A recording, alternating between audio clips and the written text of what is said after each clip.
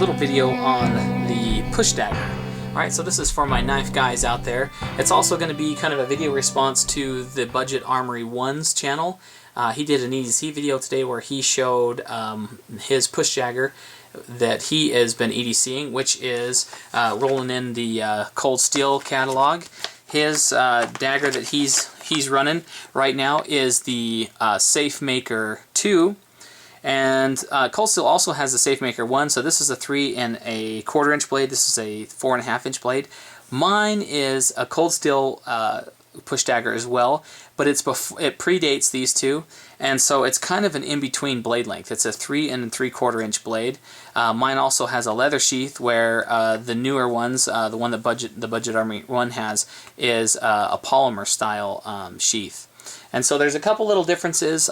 His is AUS 8A, and I believe that mine is also an AUS 8A stainless steel, but I think it might also be like a Gen 2 type stainless as well. So it is a little bit older, and his is made in their current production, which is Taiwan, and mine was made back in Japan. So both really excellent blades, the old and the new, just fantastic.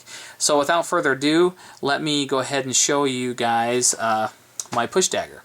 So this one, like I said, is a Cold Steel knife, and I don't know if Cold Steel actually had a name for it or not back in the day. This one is made in Japan, has that nice, beautiful polished fuller on the inside. Check that out, that's awesome. It's a bit older, but like you can see, it's in excellent condition. Just a fantastic knife. Very cool. One of the things about the push dagger, a couple of things that make it a viable option for self-defense or for concealed carry or for EDC for that matter, is the fact that it has a very short overall length. For this blade size, which is 3 3/4 inch, its overall length is incredible. So let me roll in another knife. This is another Cold Steel knife. This is the Cold Steel Mini Tanto. This one's also made in Japan. And let me compare it. So let's back it straight up here. As you can see, that the blade length, kind of just lining it up roughly, the blade length is about a 1/2 inch, a 1/4 to a 1/2 inch longer than the push dagger. But look at the overall length. The overall length is quite a bit. So let's go tip to tip. You can see the overall length of the Mini Tanto to be quite a bit more. So let me put them in their sheaths, and you can see one of the major benefits of it. So your fixed blade knives have a tendency to be a lot longer, and so you can just kind of see the overall length and how much easier it would be to carry something this compact versus, you know, something with a fixed blade. So this is a fixed blade that has an overall length the size of a folder. Here's another Cold Steel knife. This is the Recon 1.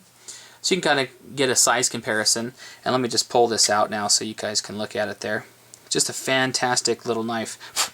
And anyway, another benefit of the push style dagger is the fact that you have a very positive grip on this knife. This is a craton handle, so it's very grippy. And I believe their newer ones have craton handles as well, so they're virtually identical. But if you can see, look at the blade. It's lined up directly with my forearm, and you can generate a ton of power off of one of these little knives because you have the weight and the meat of the arm behind your thrust, as well as that the meat of that handle goes right into the palm, so it really can generate a lot of power. Now, I am not a knife fighting expert in any shape or form, okay? By any stretch of the imagination, I am not a knife fighting expert. So I don't really know a ton, but I can give you just common sense ideas on the push dagger. The other thing that's great about the push dagger is that it would be very difficult to disarm somebody with a push dagger because the handle is protected completely by the fist, all right, by all 5 fingers. It would be very difficult to get that out of somebody's hand without getting cut really badly. So the ability to generate a lot of power, lower the small overall length, and the ability to retain the knife is very good. So those are some of the major benefits of the push dagger. Now, this other one is a little bit on the cheaper side. This is made by Fury, and it's 440 stainless. It is made in Japan. So I think it's a pretty decent steel, and you know, but as you can tell, like these blades back to back, you can tell that the polish and fit and finish on the cold steel is much nicer than that of the Fury. But this one has some kind of interesting characteristics. The handle, the T handle, is offset a little bit, and so you don't have as symmetrical of a grip, which can be good and bad. Excuse me. This one has, I think it's more designed to go right in between the fingers, and you have this little indent on top where you place your thumb.